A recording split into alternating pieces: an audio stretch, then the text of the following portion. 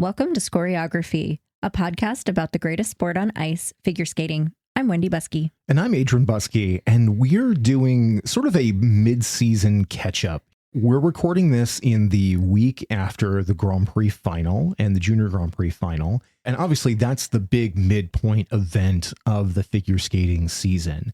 But after a schedule of a lot of back-to-back big international competitions, with the Grand Prix Final resolved, now suddenly there's a ton of nationals and other sort of regional events that are happening all over the place.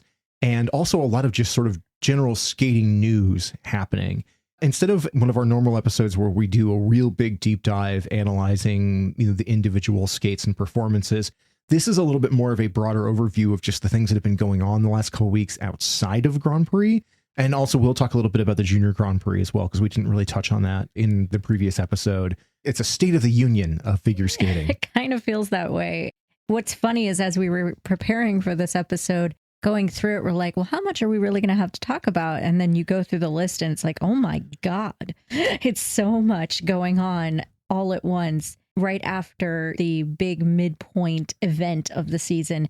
It doesn't slow down. It really doesn't. And this is kind of an unusual structure for us. So, bear with us as we kind of experiment with this format when we're in between some of the, major competitions. But we want to get started with just some news in the figure skating world, kind of a check-in with some of the different competitors who have kind of vanished out of the competition over the last couple of weeks or just over this season because of injuries and stuff. We're going to touch in on a few of those.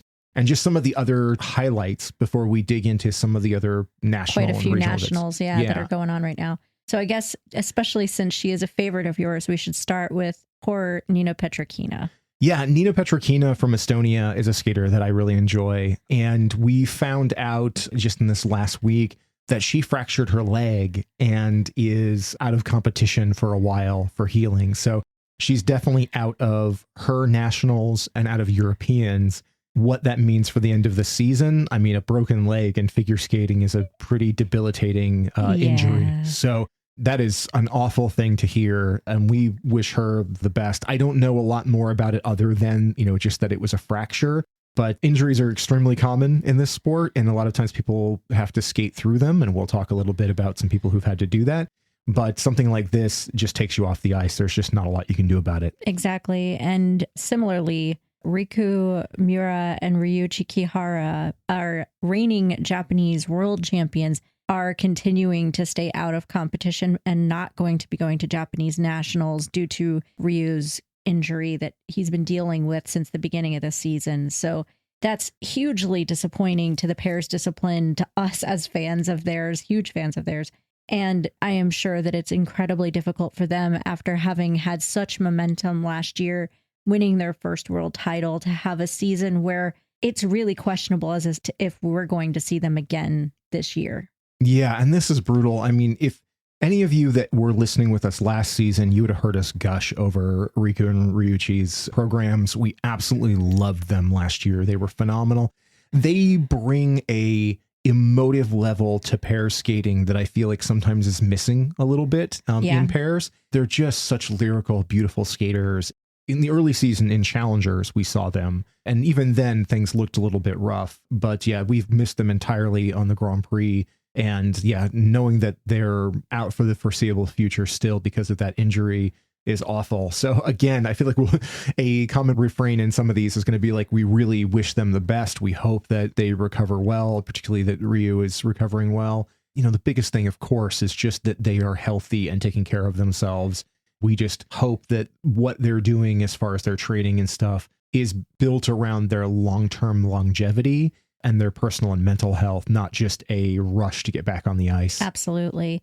And the same goes for Hocke and Kunkel, the German pairs team that are also out of German nationals that are happening right now due to injury. They had to bail out of the Grand Prix Final because of it. They've also had some nice momentum this season earlier. Winning Skate America was a huge accomplishment for them.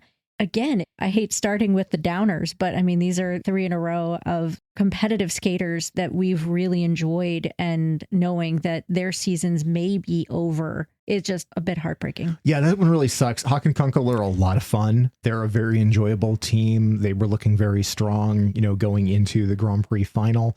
And it would have been such a big deal for Germany to have 2 German teams in that final. Having them out created an opportunity for the Hungarians that they did a pretty good job of capitalizing on, coming in 4th at the Grand Prix final. But yeah, it's a bummer again to have another really quality team out, especially in pairs when you have a discipline that is very light on big league talent right now. And so having Hocke and Kunkel and Riku and Ryuichi both absent from the sport right now really is difficult. And especially a season after Brandon Fraser and Alexa Knierim, withdrew from competition. I think everyone assumes retired, but they haven't said the word retired. You've lost your top 2 steps of the podium last year at Worlds in a discipline that struggles. This is not the best. Yeah. On a different note, and I feel like we're just trying to get all the bad news out of the way early on. It'll get better. A skater we haven't really talked about this season because we haven't seen him at all is the Italian men's skater Daniel Grassl. Daniel was in, the upper echelon of the men in the world in the last season or so. He's got kind of a squirrely jump technique and he's an inconsistent skater, but he had quads and he was competitive. But sometime last season, he made a coaching change and he shifted to, I think it's the Sambo camp, Atiri's camp, which, in the current atmosphere of skating is not a popular move overall. No, it's not. And overall, it always seemed like Daniel was a very well liked skater. But after making that shift, there was some stuff early in the season about him missing 3 different drug testing. If you're not familiar with it, when you're competitive in figure skating or any of the Olympic sports, you have to be available to be drug tested at any given random time.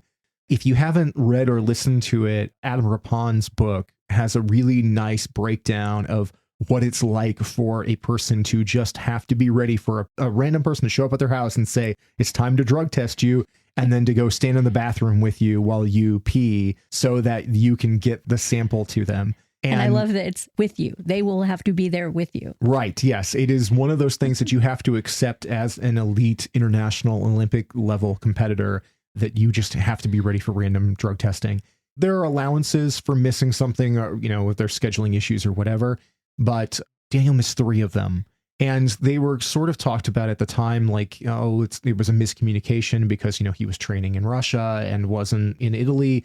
But 3 times? 3 times in a row. And then since then, he has left Atiri's camp, moved back to Italy, has mostly been pretty under the radar. In fact, I really just haven't heard much about him in general in a while, until it popped up this week that the Italian anti-doping agency is calling for a 2-year suspension due to those 3 missed drug tests. So to go from someone that was top 10 in the world and trying really hard, I'll give him credit, to evolve his skating and to get more consistent and to bring more artistry, to go from that to essentially being a non-entity through right before the season of the Olympics at this point. If his suspension starts right now, that's rough. If that actually goes through, and I'm sure there's an appeals process and all that kind of stuff, but this is being handled by his own national federation. This is not the overall governing body. So this is his own country saying no. If he gets an actual full 2-year suspension, I would just expect that to be the end of his career. I would as well. And frankly, the move to Atiri felt like a desperate move. I just think it was I will do anything to just be a contender, to be the winner. In Italy, he's got Matteo Rizzo right there with him as like a major player internationally. There's Nikolai Memola, who's up and coming from Italy as well. So he could feel people breathing down his neck as, a leader, even in his own country. So I'm sure he was just trying to get every advantage he could. But Atiri's type of advantages aren't typically the ones you want, especially right now. I get why he might have done it, but also really not a good move. And now it feels like it could just be the end for him. Yeah. And again, this is such an unfortunate thing. Like, Daniel always seemed like a good dude. It always seemed like on the international level, people really liked him. We've seen him do, some of the show skates and stuff in like Japan, and always just seems well integrated into the international competitive scene. I really hope that this is a suspension based on suspicion and not like an actual caught doping kind of thing. But he has to also play by the rules that everyone else does. Right, absolutely. So on a brighter note. Yes, let's get bright and sunny. This was a thing I didn't realize until I saw a U.S. figure skating post about it. I saw a news story that just pointed out that Madison Chock and Evan Bates are the first U.S. ice dancers since Merrill Davis and Charlie White in 2013 to go undefeated in a calendar year. That's really cool. Yeah, that's really cool. In 10 years. Considering, how dominant Merrill and Charlie were there for a while. Oh my gosh, yeah. But even thinking back to, you had the rivalry the past, quite a few years between Maddie Hubble and Zach Donahue, Maddie Chock and Evan Bates, and Maya and Alex Shibatani. All of them in the past 10 years. I mean, that's a crazy lineup of like, these are your 3 top teams, and each one of them was dominant for, different years within that. So yeah, good for Maddie and Evan for getting that like one that's just for them. And I think that is a nice additional success in a long career, where they finally got their Grand Prix final win after competing in 7 of them. Yeah. These are obviously veteran skaters who have been on the scene for a long time, and they're racking up some of those successes that have become like all the footnotes in your Wikipedia article or whatever, but they're nice to see. The fun facts. Yeah, I thought that one was pretty cool. For some reason, it just popped to mind too. And this is not really news, but it is something that I've been noticing lately. Maya Shibatani and Alex Shibatani posting more on Instagram at the ice rink, and recently with Carolina Kostner and Mao Asada. I'm like, number one, this is like warming my figure skating heart, seeing these legends all together. But in like the back of my mind, I'm like, Maya and Alex, are you thinking about skating again? Because you're still beautiful people that are in excellent shape and in the right age bracket. I'm probably just having some wishful thinking here, but it'd be fun. I think the Shib Sibs have been doing just fine being yes, they have. authors and speakers and media personalities. Even though they have not been on competitive ice, they have been all over the place over the last couple of years. Yes. So, like I said, this is not news. This is me conjecturing fancifully. Yeah. But what is news? I will move back towards the real things. The ISU Award nominations, I mean, let's be frank, I don't know how real that is, but the nominations themselves are real. They're actually happening. The awards are going to be happening in February during the Art on Ice tour in Switzerland, and it's open to public voting. It's an interesting thing that the ISU started back in 2020, these awards to reflect excellence in figure skating in, I believe it's 6 categories. It's a little sus at times. But also, I mean, I'm always here for honoring figure skaters, so I'm here for the fun. I have voted, but definitely in looking at some of the nominees under most valuable skater, I mean, that's a hard thing to vote for. It feels very much like a popularity contest. It's like a People's Choice Award. It is the People's Choice Award for figure skating. I mean, in general, and this is my feeling across sports and book publishing or movies or whatever, and just in general, awards to me are fluffy in-group approval popularity contests. It doesn't matter whether it's an academy or if it's a broader populist voting kind of thing. Inevitably, a handful of people get together and decide, no, you're the one who gets an award this year. Yes. And that's fine. It's a very different thing from competition, even though, this is a judge sport. So there still is sort of a group of people saying, yeah, no, you win. I have not paid much attention to this because for me, awards just never hold my interest. Mm-hmm. But what I have noted was a lot of shade online, particularly towards the costumes that they chose for best costume of the season. Yeah, no shade towards Maddie Chock, who has won 2 of these awards and deserves to win this one as well, in my opinion, because her costumes that she designs are impeccable. But yeah, there's several in there where it's like, really? You're putting up Lucas Britschke's costume for this year? Oh, okay. Yeah, I mean, that's a choice. That's a choice. Yeah, there's some choices. There were a few others that were kind of odd in there, and a lot of really fantastic costumes that were ignored. And it seemed like they leaned into designs that were more costumey than necessarily elegant or refined. Mm-hmm. Like the one that I saw somebody point out that I agree with is like Yellum Kim's like red free skate costume is absolutely terrific, beautifully designed.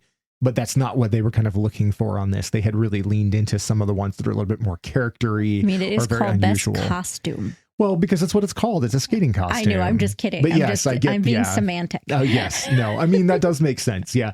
In the end, I mean, again, these things are very fluffy. It's not the medal that matters. These are honors. And that's why they happen during Art on Ice. Here's this very lush, fun, beautiful skating performance that happens during the early part of the year in Switzerland. So this gorgeous location as well. And then you add on these awards. So it's just this, I don't know, it feels very fun. So I'm here for it, but I'm not taking it terribly seriously. And I don't know that anyone does. It shouldn't be. The one that confuses me is Best Newcomer. I agree. Because this is a sport where nobody just shows up one day and senior competition and nobody's ever heard of them before, right? But I guess it's just new to senior competition. Right, yeah. So it's essentially kind of like Rookie of the Year, more or less. It just feels like a very strange one, the way it's phrased with that, because I just don't feel like newcomers exist in this in that way. I struggle, actually, even though they're very legitimate types of awards. Best Coach and Best Choreographer, mostly because, again, this is people's choice. I guess for choreographer, I can definitely see, like, which program did you feel had the best choreography? And if that person choreographed it, then you'd want them to win. But with coach, that feels like such a difficult thing to answer. As just a fan, I almost feel strange voting for that. How do I know that Stéphane Lambiel is a better coach than Benoit? I mean, I'm probably going to vote for Stéphane over Benoit, but at the same time, I don't necessarily have the credentials to say why. Right. We're not privy to that process. I'm overthinking it is really what it means. Yeah. Again, popularity contest and just what the overall fan base likes about it. But yeah. So anyway, it'll be fun. You know, it will be fun. We watched that I hope event. It's better shot than last year. It was really awkward to watch. If anyone else saw this, I'd be curious to know what you thought. But it was like Johnny Weir in the hallways with a microphone chasing people down. It was bizarre to me. It was Isabel Levito being interviewed at 5 o'clock in the morning. She was, basically on Zoom with her hair all messy and barely conscious, trying to do a remote interview because obviously it was happening in Switzerland and not where she lives in the United States. And it was shot kind of strangely. So, but better again, production team this year, guys. Better production. Yes, but it often has live music with it, which is really cool. Yeah, like Dave Stewart from the Eurythmics and Natalie Imbruglia are part of the entertainment at Art on Ice this year. Yeah. One of the things I love about figure skating is its union with music. If you go to see a live event, especially if it is like a show skate, like a Stars on Ice or something like that, it's kind of like being in a music video. Like there's, even though usually there's not live musical performance, although we do see things like Scott Hamilton's event that he has in Nashville every year has live music. I don't know. There's just something about that union of live music with live skating performance that I think is a really beautiful thing. And I wish that we got to see more of it. I think that would be really fun. And it could lure more people into it, I think. With that, I want to move on and start talking about all of these national championships that have been happening. So after the Grand Prix Final occurred and kind of put the cherry on top of the Grand Prix season, everybody sort of scattered to the wind. And to be fair, it was happening even before the final occurred. But in general, we're in nationals season at this point. So you have everything from France to Britain to Germany to Switzerland, Spain, and then even a competition called Four Nationals, which, if I'm being honest, I didn't even know existed. I've never heard of it before. Nope. But it's 4 nations, Czech Republic, Slovakia, Poland, and Hungary, that all do their nationals together as one championship. So I'm learning and also overwhelmed by how many stories and pieces of news are coming out. What do you think about starting with French nationals? Because I think that's the biggest story right now. Yes, I think French nationals is definitely the big story for a couple of different reasons. One of the things that's nutty with that event is that it literally happened a couple of days after the Grand Prix Final. Yeah, like Kevin Amos and Adam Siohimfa, who were both at the Grand Prix Final, had, I think, 48 hours to get back for their competition in France? Yes. That's crazy. So they leave Beijing and make, something like a 16-hour flight to get back to France, and then have to basically warm up a couple of times and then go compete in their nationals. If you're an American like us, even though our events don't seem to fill stadiums the way that they used to, and that is a real frustration for us as fans to see how often you have really nice venues that don't have a lot of people in them. We're used to seeing things like Skate America and our nationals like have these really big, nice venues. And then if you go to some of these smaller nations and see their national championships, oftentimes we're seeing them in much smaller venues. Sometimes they're very pretty, but they're definitely more like clubs. They look like clubs or skating clubs or training places that are doubling as an event venue. That's kind of what it looked like in what we could see from the stuff from France. We were definitely finding this stuff on YouTube. We couldn't see a ton of it. The big story here, well, there's two big stories. Yeah, both in the men's. Yes, as mentioned, Adam Salenthal got on a flight, went, straight from underperforming at Grand Prix Final. He still performed admirably there. There was just some problems. And in such an elite competition, he was who we thought of as the front runner and didn't land on the podium. But he did go right into French nationals and win it. With a really nice score. I mean, national scores are always a little bit fluffy. Yes. But a 304 is not nothing. No, a 304 is not nothing. It is also wildly overscored for what he did there. So, and I say that with love, because Adam is all love. Well, I think Adam would probably be the first person to admit that his skating there looked exhausted and was not to the level of refinement that he normally has. But he is an exciting, dynamic, driven skater, and you can see him going into it operating fully on determination, but looking like he had had no rest at all going in. No, I mean, in the Kiss and Cry, he looked like he had puffy eyes. Like it was this poor guy has seen his pillow very little in the past few weeks, and you could tell that every little bit of him was put into just getting this done. And he did. I mean, he was successful. He won by a lot and made his point that he absolutely is definitively not only the French champion, but I would say the favorite going into Europeans for sure. Oh, yes. What probably eclipses that story a little bit in the news here is Kevin Amos's performance there at French Nationals. At Grand Prix Final, we saw Kevin come in after a season up to that point full of beautiful skates, particularly his Bolero program, which was phenomenal early on. And then he kind of collapsed at Grand Prix Final with that program. He had several really difficult falls, and it just seemed to stun him. The program just fell apart.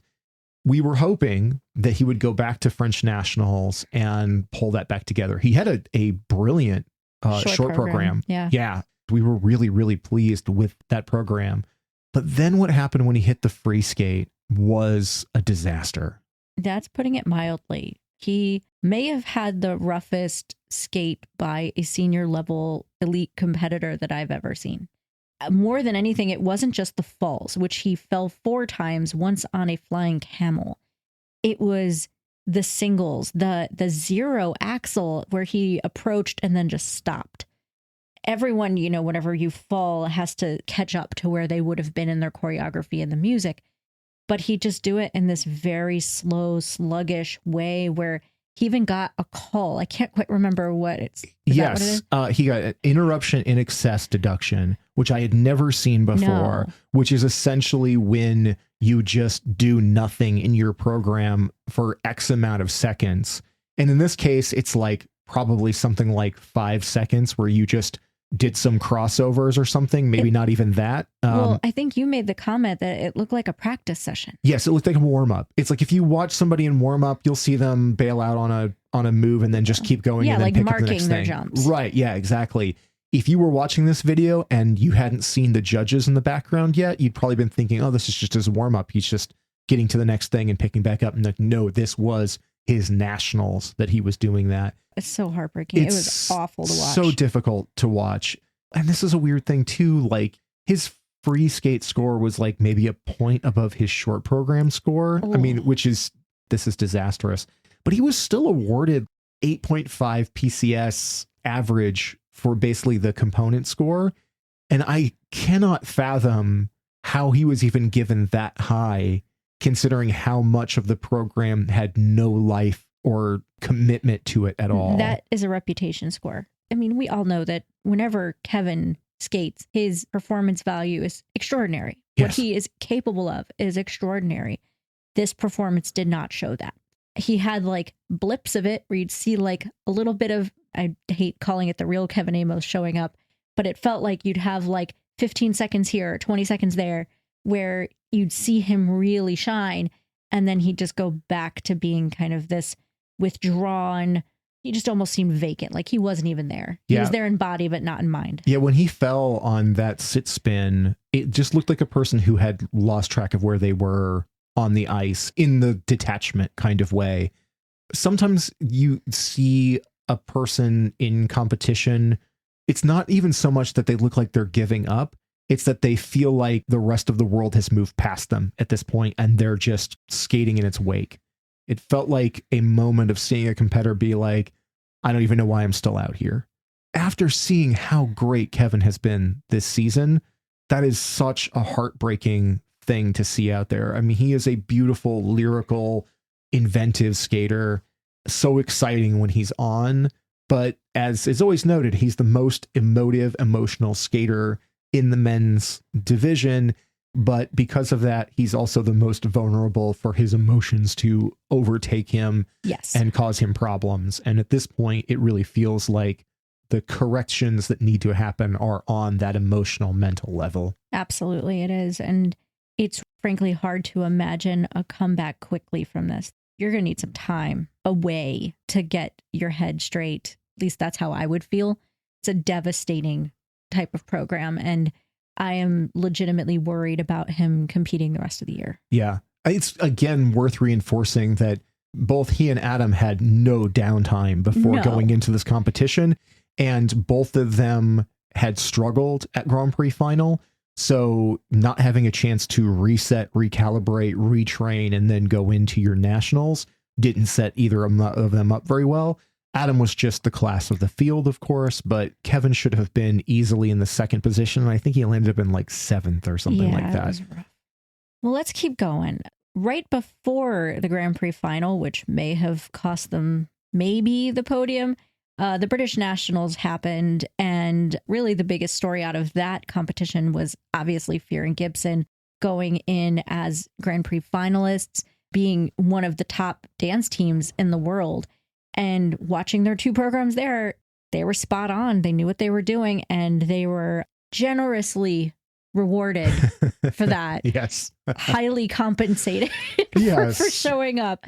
They were fun. They did a great job. I mean, there's not a ton to say other than Rocky came, saw, kicked everyone's butt, and took the medals. You know, I think what also happens sometimes in national competitions like that, when you've got an elite team like Fear and Gibson competing against a lot of other people who are just not in the same league. They're just, you know, Great Britain just does not have a highly competitive ice dance field right now. Oftentimes people have said that there's that sense of like scoring jumps there's a metric that you can follow, but PCS is often a reflection of the rest of the competition. That's why people always say it's really difficult to skate first, you know, in the first warm-up group, because you're always going to be underscored early on, because they're sort of building on that as the competition goes along. You're the baseline. Right. And that blows, but that's just the way the sport is kind of structured right now. And so I think that when you have something like that happen with Fear and Gibson, where they're so the class of the field there, that yes, they're going to have an inflated score because they just look so much better than everybody else that they're competing against. The bigger story is they went right from having such a huge performance at NHK and then going right into winning British Nationals. And then if you watch the performance there, they do their free skate and they talk about how the event knew they would have to do the medal ceremony really fast afterwards. Because they had to get on a plane to go to Beijing. Right. It was that much of a turnaround that they had to compete at their nationals and then just walk out the door and go onto a plane. So it's no wonder they looked kind of exhausted and off their game while they were at the Grand Prix final. Would they have overtaken like, Piper and Paul to get on the podium there? I mean, that's questionable. But if they were riding that momentum of NHK and went in and not made the twizzle mistakes that they made in their rhythm dance at Grand Prix Final and stuff, could they have gotten there? I think that's still very debatable. I think Piper and Paul probably still would have beaten them, but there is something to be said for the chance that they would have had a much greater opportunity to take the podium if they had been fresh. Or even just had a better score overall for the season, kind of moving into the second half of the season. Right. Let's keep going. There's so many.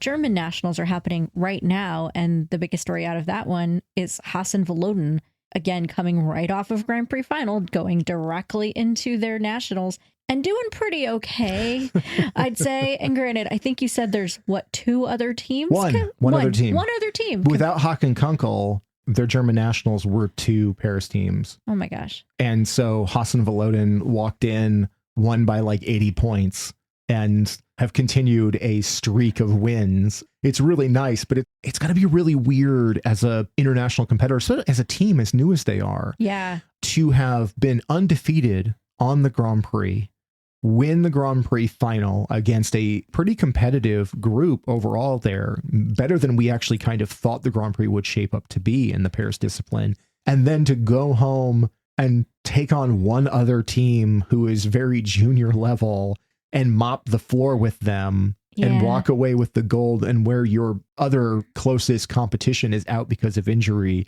I can't imagine it feels like a whole lot of an honor to be like, yay, we're in the gold medal. There's not even a bronze. Nobody's here. I'm sure there is an honor to just say you are the German national champion. That alone is a very big honor. It's the only thing that matters in the footnotes, right? Exactly. Overall, I'm sure that they could just, again, similar to Adam, needing a long winter's nap, I'm sure they do as well. Before Europeans, I hope they get a solid little bit of time to just be human. Well, concerning Nikita was sick through a lot of the end of the Grand Prix, and like they were killing it every time they hit the ice, and then he would just like skate off and look like he was going to die, right? So poor dude. Yeah, so hopefully everybody gets a nice long nap. They take home another medal and get some rest. Also happening this weekend, Swiss Nationals, where it's still in the middle. So as we record this, it's not finished yet. It's not finished, but what's really nice to see is that Kimi Rapond, who had been injured earlier in the season and had to withdraw from her second Grand Prix event and essentially then remove herself from any possibility of making the Grand Prix final. But she had a really rough first Grand Prix event, so it wasn't going to happen anyway, to be honest. But she had been injured when she was there, and it wasn't confirmed for a while whether or not she'd be at Nationals. And then she was here and is in first place after the short program. So good for her and good to have her back. That's really exciting because Kimi Rapond is definitely one of the up and coming women's skaters in the European side of things. I think she was silver at Europeans last year and has really been making a case for herself. I mean, she's still a skater in development in her artistry and stuff, but there's a lot of talent there. She also was struggling a little bit at the beginning of the season because I think she grew several inches or something. Quite a lot. And so she was dealing with that body change kind of issue that happens to a lot of skaters, in that kind of age range.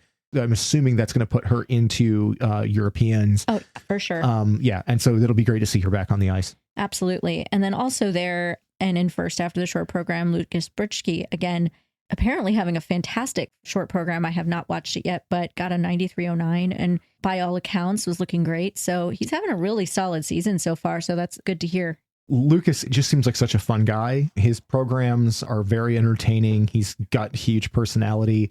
We don't often get a lot of space to talk about the galas in some of these conversations, but Lucas has really been a fun guy on the gala circuit this year. And in particular, he does something that I really enjoy, which is he brings out a lot of international competitors to do little sequences with them. And then he'll get like one of the ice dance guys to do a lift with him too, which I love that stuff. I think it's hysterical. Yeah. So I think it's exciting. Also, the Spanish nationals are happening this weekend, which most notably is the first national championship for the team of Olivia Smart and Tim Deek. So that's really cool to see them actually going back to Spain. Sure. That's so confusing to have a team that has a Brit and a German skating for Spain. She has Spanish heritage. I don't know if Tim does or not. I think that he gets in because of being with her. Yeah, that's my thought as well. And I think that she just is already affiliated with that because she had skated with Adrian previously. It is very confusing how that all works, but we've also seen in other competitions where getting released from a federation and switching to a different one is a really complicated process that often holds back international competitors who are trying to rehome in some fashion or another. And there's a lot of stipulations on why you can do that or why you can't, and how long that process takes. And oftentimes it's very expensive. Sometimes you have to basically pay off a national federation to allow them to release you to go somewhere else. Even in one of these competitions that was happening over this last week, I don't know if it was a pairs team or an ice dance team, but they had made the podium and then were removed from it because it would realize the male partner had not been released from his original federation to skate for that country. Sucks. And so they were invalidated. Stuff like that is awful. It's necessary bureaucracy to a degree, but when it impacts skaters like that, it really sucks. But anyway, in this particular instance, Olivia and Tim have been so fun this season. Really enjoy their partnership. They are a very, very enjoyable team. They bring a very different energy to the ice than a lot of the other ice dance teams. And I think that it's compelling. It's fun. It's sexy. Like they just have a different thing going on. So they do. Yeah. So I imagine, they'll mop up there, but we'll wait to see what those scores are. Exactly.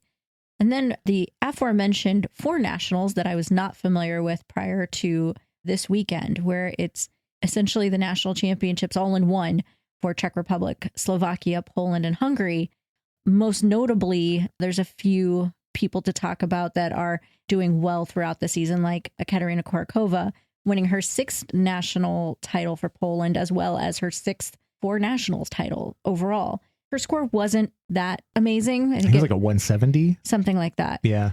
I do think that it's interesting that she apparently changed her short program. I saw people sharing online. It was a little hard to track down full programs from this event, but it did look like she was skating in a new costume and to new music. So it looks like that Kill Bill program that she had debuted this year as her short program may have been axed. What we saw a lot during this season with Kurakova, she's an immensely likable skater. She always wins over fans, but she doesn't always win over judges. And repeatedly in competition, in international competition this year, we would see her free skate be well scored, but that her short program would be not very well received at all. I think of the Warsaw Cup, where she was in 5th after the short program, when she should have easily, you would have considered her to be the obvious choice for first place going in because she was the most seasoned international competitor there for the women. And she did eventually win that with her free skate.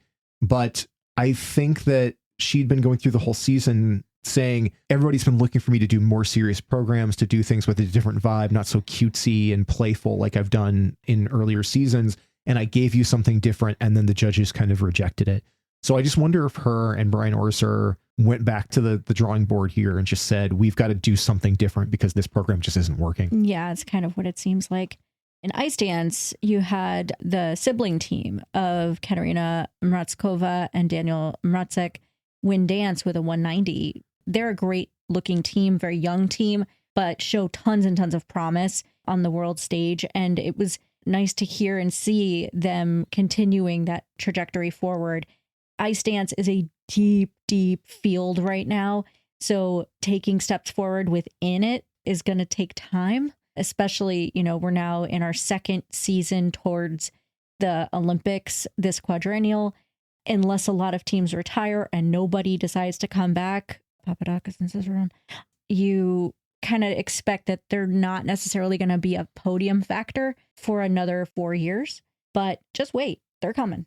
I really think this is one of those teams that's going to have that heir apparent kind of vibe to them.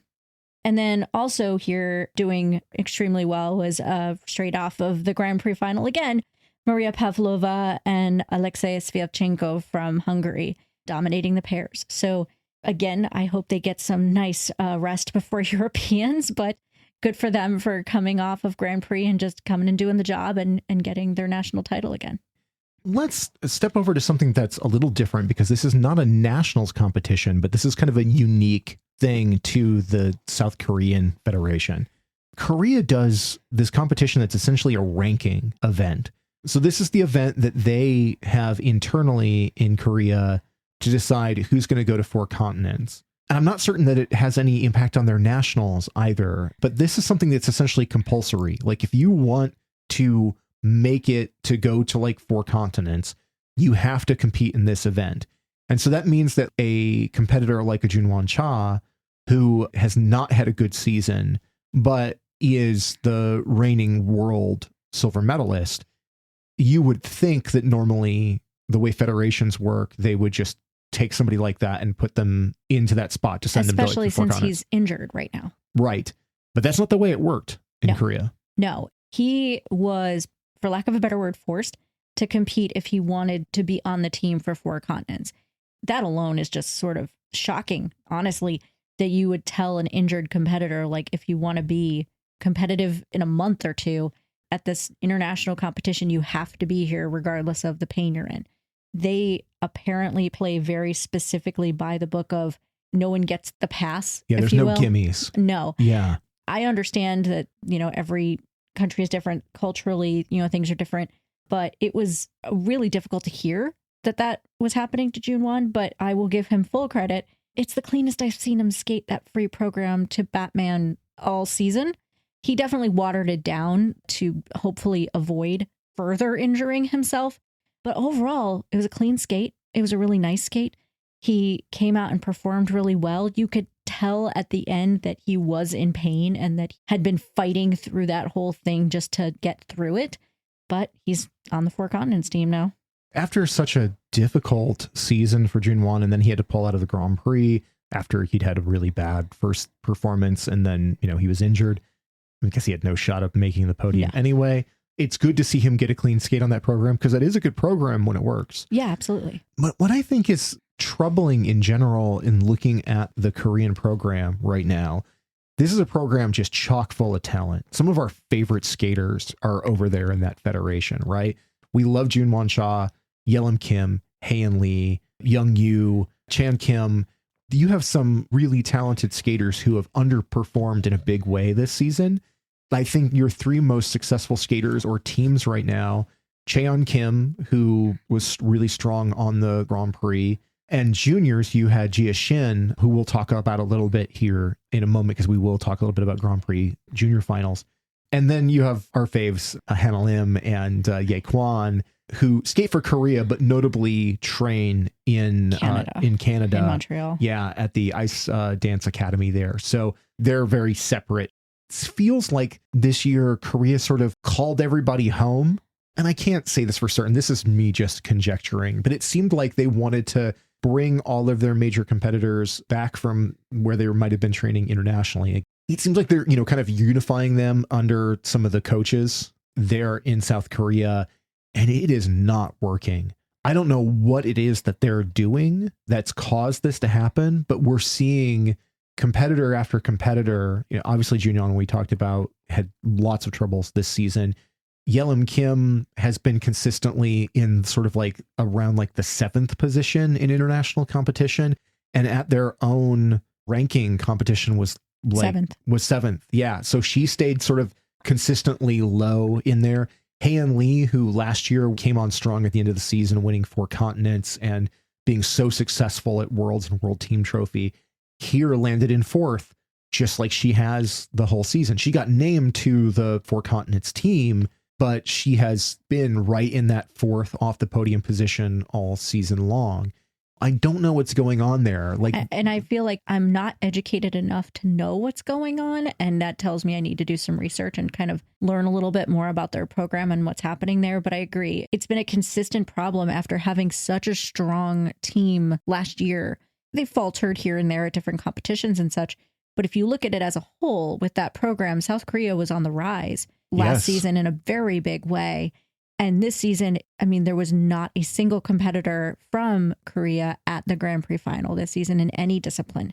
I don't think anybody would have predicted that going into this season, Absolutely considering not. how strong a number of those competitors were before everything got started. I didn't see that coming. That was wild. Yeah. So I'm hoping we see a turnaround in the second half of the season because, again, several of them are like our very favorite skaters. We want to see them shine. Right now, all of them just look off their game in a pretty significant way. Well, let's go back to the Grand Prix, but let's do it for the juniors this time. So we had a few people asking us if we would cover, the junior Grand Prix finals. The honest truth here is that we don't watch a lot of juniors. There's kind of two reasons for that. One is just lack of time. It's like, especially when you have so much skating going on and it's at weird times and you're trying to fit it into life and whatever, keeping up with juniors on top of that can be a little challenging for us. Also, and this is a reflection of not having as much time to watch it, is that I don't quite know how to sort of judge it myself when I watch it. I don't know what the scale is, because some of the top level junior competitors in the various disciplines could easily compete at the senior level. When you look at Mao Shimada, or you look at the American ice dance team, Jiashin, all of them look like they could step into the senior ranks right now and be pretty solidly competitive. But a lot of the rest of them skate like juniors. I don't necessarily know how to look at it and go, oh, that's really great for juniors. And that's just a matter of not having seen enough of it. We watched the junior world championships last year, basically just to watch Cal Miura. Yes. And that's not fair to the rest of that division, because Cal was already, he was in his split year where he was doing both senior and junior competition. And he was so far and away stronger than any of the other men in, the juniors event there. So it wasn't a good metric to measure that level of competition there when you had somebody who was just head and shoulders above them at that moment. In general, yeah, it's not something I think that we'll probably cover a ton on this show, just because, and I don't know how much of an audience there is for juniors compared to like seniors, but it was worth talking about a few performances here because and I just name dropped a bunch of them, because that there were some really, really strong performances that would have been competitive at the senior level. Agreed. I mean, the women's competition is sort of the obvious, because you have one of the best women in the world at this point who just happens to be a junior in Mao Shimada, and her being one of the very few women who can land both at the triple axel and a quad toe in her program is definitely worth talking about. If she were competing in the seniors right now, she would be very competitive, to say the least. She still has some growth to do in terms of her composition, her skating skills and such, but man, she is really talented. She had a small mistake in her short that put her behind Jiashin, but coming back in the long just looked dominant and presented in the way that you have come to expect this young woman in the past 2 years who's been, I think, unbeatable. She's undefeated in the last 2 years. In juniors. In juniors. Yeah, because I think she actually competed at senior nationals and was beaten by Cowrie. But that, I believe, was her only defeat in the past 2 years. Please correct me if I'm wrong, if you guys know and I don't. Regardless, super dominant, incredible skater, incredible spinner. Like, man, her spins are amazing. Yeah, I mean, Japan's Mao Shimada is outstanding. That said, we've seen better performances from her earlier in the season. This was a little choppy from her. And while she did win this event, I thought that the far more compelling skater was South Korea's Jiashin. I agree with that. Jiashin is a more musical skater.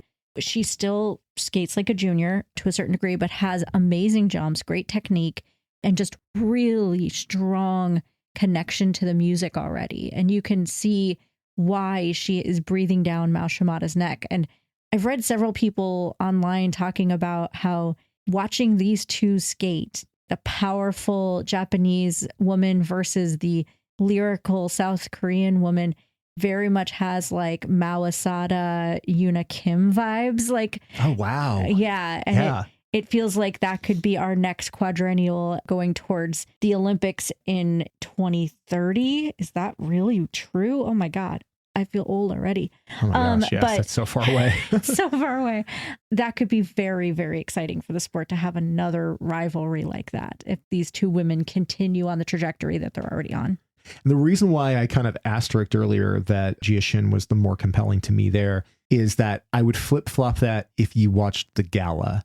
Because in the Gala, both of those young women skated there too. And that's where I think you saw Jiashin look a little bit more nervous, a little bit uncertain of herself, and where Mao Shimada was just incredible. Like her Gala performance was magnificent. Yes, absolutely incredible. Worth noting here as well, were an outstanding U.S. ice dance team of Leah Neset and Artem Markalev with big scores and very senior vibes. So we watched both their rhythm dance and their free skate, and I had not seen this team before, I don't think. Again, this has been a long season and a lot of people, and there are points where I've watched programs and been like, oh, this is really neat. And then you've pointed out that we've seen it at least 2 times before, and it just didn't even register because there's just been so much. Yes. I can only cram so much in my ADHD brain. But yeah, watching these two, we'd heard a lot of hype about them. When their program got started, initially I was like, okay, well, yeah, they're very nice. They look very compelling. In particular, he is very strong. I was like, they look nice. It wasn't really impressing me. And there's like halfway through their rhythm dance where they started doing things that were fantastic. Impressive lifts, really nice transitions. Their twizzles are so crisp. You know, they're very well physically matched. Again, I feel like he's got a little bit more flair than she does right now. He's also a little older, though, so that makes sense that he's maybe a little bit further along in that sort of artistic development. But regardless, they're super well matched. And then their free skate was phenomenal. Absolutely. They were incredibly impressive. I was looking at Adrian on our sofa just saying she has incredible knees and an amazing back. And her posture is amazing. Yeah. And I agree, like with the artistry could still stand some development. I want her moves to maybe a little more tension to her arms or her facial expressions to kind of match the music a little bit more.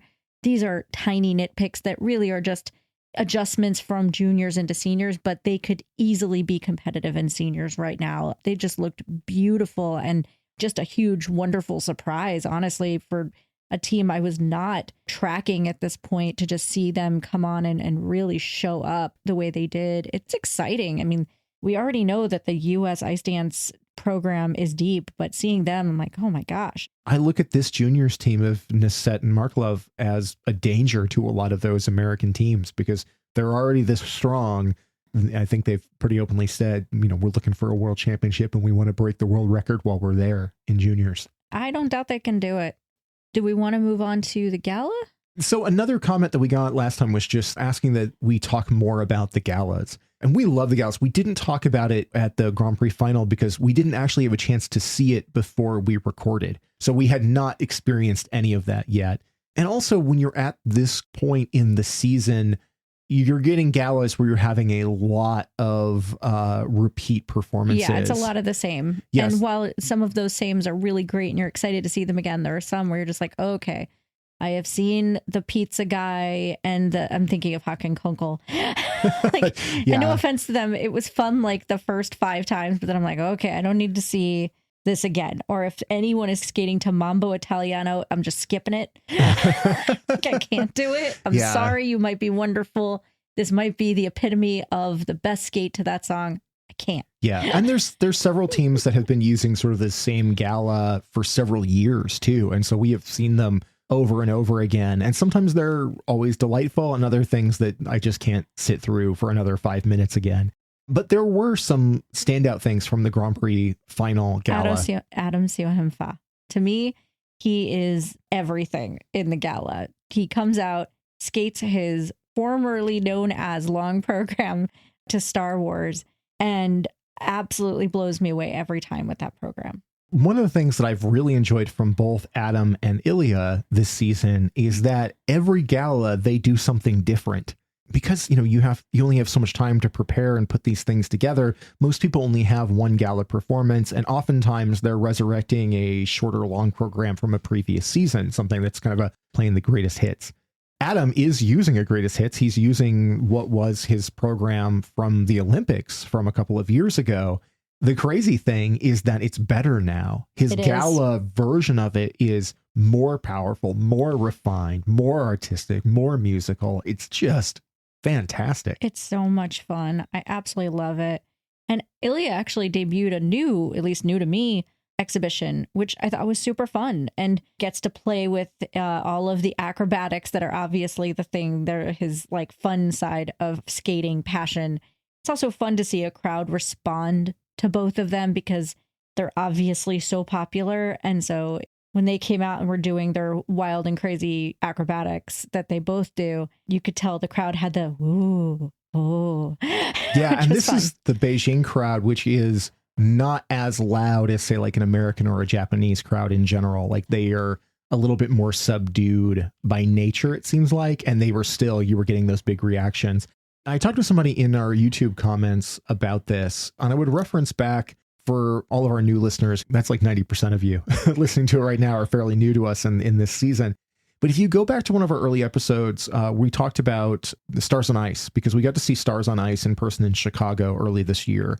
And we talked in that episode about seeing Ilya Malinin perform in person. And the thing that I wanted to note in what I was talking with one of our listeners in the comments is that when you're watching things at home, you don't understand necessarily exactly how something feels in the room. There's a distinct difference between watching it on your TV and being there in person. And for all of the criticisms that you could make about Ilya Malinin, about artistry and whatever, and that's been talked about to death and will be continually, going forward. If you see him live, he lights up the place like he's a rock star. He has this power and charisma on the ice in performance, in Gala style performance, that absolutely rips the roof off the place. We saw it Stars on Ice. We saw the way the crowd reacted to him, the way his energy and the fact that he throws everything that he has into those performances. You could see it on display here at the Grand Prix Final Gala too, where he's going out there and just giving as big and exuberant a performance as he possibly can. Yeah. All of the commentary on his actual skating skills aside, which is, all fair and valid, it is a certain level of unexpected, to me, honestly, like charisma level that he has. Seeing him in person was a very different experience, and hearing a crowd respond to him in a live environment from the beginning to the end of a performance is just something to behold. It's really kind of astounding. And there were lots of other great performances there. One that kind of sticks out to me, we'd seen it before, but I'm very entertained by Rion Sumiyoshi's Gala, because it is so different in character to how she skates normally. She's very serious and dramatic kind of programs, even though she's more of a athletic jumper than she is artist at this point. But when she comes out in sparkly pink and a hat and it's all adorable and cute, it's just such a personality shift in there that I really enjoy. I thought Isabel Levito's Gala performance was terrific, getting to see her really shine, especially after the troubles that she had in the short program at the finals. To see her come back out there with her full charisma on display and just really win the crowd was a wonderful thing too. Yeah. And I mean, it's Chock and Bates's night call program that was choreographed by Guillaume Cizeron. It is so intense to watch them. I don't know what it is about that program, the choreography with the music and their relationship. It feels very intimate. You're being let in on, like, you're peeking through a window type of thing. There's something so emotional about that performance for them, and it's really something to see. It's very moody. It would make a great music video. Yeah, it's got a great vibe to it. There are a couple of very questionable, I don't want to dig into them very, very hard, but we saw the Hungarians a couple of times this season do this Austin Powers routine that I just do not understand. I don't get it at all. They're a charming team, but I have no idea what's happening with that program. I don't either. I'm glad you guys are having fun, but I don't know what the hell is happening. Yeah, I'm utterly clueless of what's going on there. It's a lot. And also, I mean, we've kind of seen, the Gala is meant to be fun, or is meant to be an opportunity to let loose and do interesting things. Sure. And we have often seen that particularly European teams will do kind of kooky things, like really funny outfits. The Europeans in general seem to think that pantsing a man to his boxer shorts is high comedy, which is very sort of classic vaudevillian sort of comedy. Notably, like the French team of La Pareva and Brassard have their program that they do all the time, where they come out in matching outfits, and again, he gets pantsed or whatever. They weren't here at this competition, but it made me think of it whenever we saw, it was one of the, is it an Italian juniors team? No, it's they're Georgian. Georgian, right. Yeah. So they came out and did a similar kind of thing, like kind of very whimsical and whatever. I won't dig into it anymore other than just to say Muppet cleavage. It was very weird. My favorite part of, and without going into it, and if you can find the video, that's what I recommend, because I don't know that we should speak any more of it. But There was an odd choice with the costume for the woman. Yes, there was an orange tinge and some strange false felty something. Décollage. It was bizarre. I'm sure it was done for humor. You could tell that Mark and Ted doing the commentary didn't know what the heck to say, which was very entertaining because they were just like, well, that sure was that was something. You tried there. You did some skating and yep, that was you'd made some choices. Yeah. It was entertaining. Like if I nothing said, else. if you haven't seen it, if you can hunt it down, the gala appears to have disappeared from the ISU feed. I couldn't find it, even VPNing or whatever. I couldn't discover it, so I don't know if it's still there, or if I was just missing it in some way. But if you can find that one, if you see that particular program, you will know what I mean when I say Muppet cleavage. And that will be the last that we comment on that. The one other thing that I do want to talk about with the gala that I thought was absolutely wonderful is just right at the very end where they start bringing out all of the skaters. And there's always that kind of awkward number where everybody just comes out and looks at each other because they're not sure because they learned the choreography 3 hours earlier. But they sent out all of the single women skaters and a few of the other ones with these LED fairy wings on. And you have never seen a happier, more excited, giggly flight of skaters than you saw them with their wings. Oh, they all loved it. And there was one video that I saw on social media of, I think it was Isabella Vito, Ryan Sumiyoshi, Hana Yoshida, and Kevin Amos. Maybe Luna Hendricks in there as well, like just doing these little ring around the rosy circles on the ice, just being adorable with their fairy wings on, including Kevin, who had taken them from someone. It was charming. It was delightful. You could see them all having so much fun with them. And that's one of the best parts of watching skating is watching the friendships, the silliness. And that's kind of the most on display during galas. There's several photos and videos of Luna and Kaori joking around and laughing. And there's this wonderful photo of Luna and Isabeau at the boards with their wings on. And Isabeau is kind of doing this pose and Luna's laughing. And it's adorable. I saw like Amber Glenn post, all I want is to be able to get to wear fairy wings at a gala event. Why don't I get to do that? Somebody needs to give her a pair. Yeah, that was clearly like the favorite moment for a lot of people. Like these should be mandatory from now on at the galas. I love it. All right. You have sustained with us through our first kitchen sink episode. Yeah. So thank you for that. It's astounding how many different competitions, how much news, just how much skating content there has been just in the past 7 days. I mean, some of the stuff we talked about has gone back farther than that, but whoosh, it's been a busy season so far. It's been a very eventful season. There's still so much more to come. I mean, you have Japanese nationals coming up, I think, in like a week. Yep. And Italian nationals. Right. Yeah. So there's still a number of those things coming before the end of the year. So I think we'll probably do our sort of a retrospective on the season so far, just to kind of look at how things have progressed, our big surprises, the favorite skates and things like that. We'll take a look at, and we'll talk about Japanese nationals, as much as watching them is probably going to be challenging outside of just finding clips of them on YouTube. I will find any video of Shoma. I will. We will hunt them down, damn it. We will see as much of it as we can. So hopefully some enterprising YouTubers will be putting that stuff out there and making it viewable. But thanks to everybody. Again, we've gotten such a great response as the season has gone on. A lot more new viewers have joined us. A very active comment section. We love that. Please keep it up. Keep talking to us. Keep telling us what you think about the season, how you're feeling about the general state of figure skating, how your faves are doing.